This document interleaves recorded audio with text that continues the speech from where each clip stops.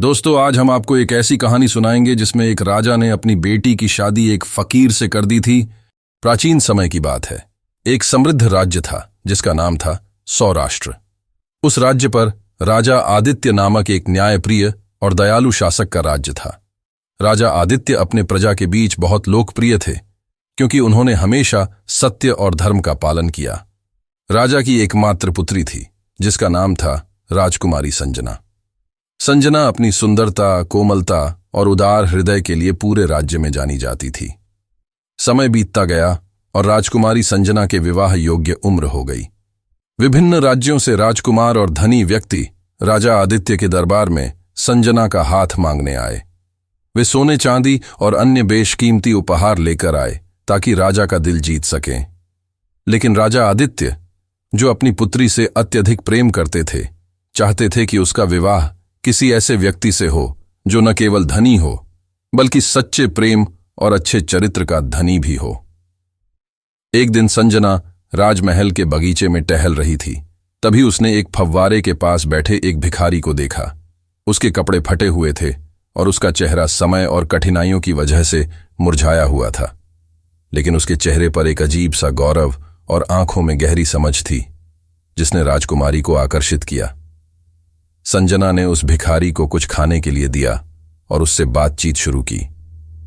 बातों बातों में संजना को पता चला कि भिखारी का नाम अर्जुन है और वह कभी एक विद्वान हुआ करता था, लेकिन किस्मत ने उसका साथ छोड़ दिया और वह सब कुछ खोकर भिखारी बन गया। अर्जुन की बुद्धिमत्ता और उसकी बातों से संजना बहुत प्रभावित हुई और उसे उससे एक अनोखा लगाव महसूस हुआ। दिन बीतते गए और संजना रोज उस भिखारी से मिलने जाने लगी। राजा आदित्य ने जब अपनी पुत्री के इस व्यवहार को देखा तो वे चिंतित हो उठे और उससे इसके बारे में पूछा।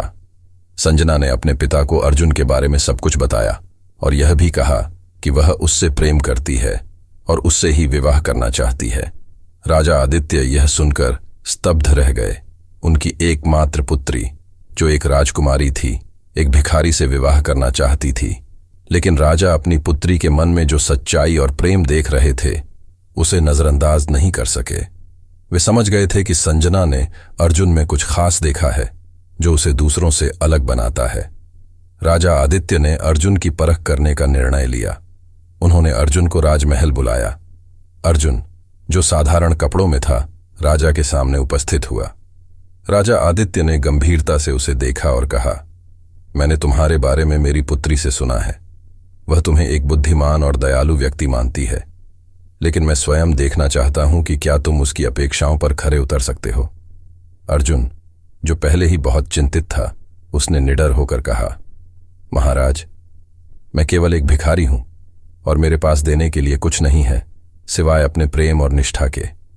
मैं धन या शक्ति नहीं चाहता, बस राजकुमारी को खुश देखना चाहता हूं। राजा आदित्य अर्जुन की ईमानदारी से प्रभावित हुए, लेकिन उन्होंने एक आखिरी परीक्षा लेने का निश्चय किया। उन्होंने पूरे राज्य के सभी धनी और प्रतिष्ठित लोगों को एक भव्य भोज के लिए आमंत्रित किया और घोषणा की कि वे अर्जुन को एक राजकुमार के रूप में प्रस्तुत करेंगे ताकि लोग उसकी असलियत जाने बिना उसका सम्मान कर सकें। भोज के दिन अर्जुन को राजसी वस्त्र पहनाए गए और उसे एक राजकुमार की तरह प्रस्तुत किया गया। महल के सभी लोग उसकी प्रशंसा करने लगे और उसका सम्मान करने लगे, लेकिन जैसे ही राजा आदित्य ने सबके सामने अर्जुन की असलियत बताई तो सभी लोग चौंक गए और जिन लोगों ने उसकी प्रशंसा की थी वे उसे तिरस्कार की दृष्टि से देखने लगे।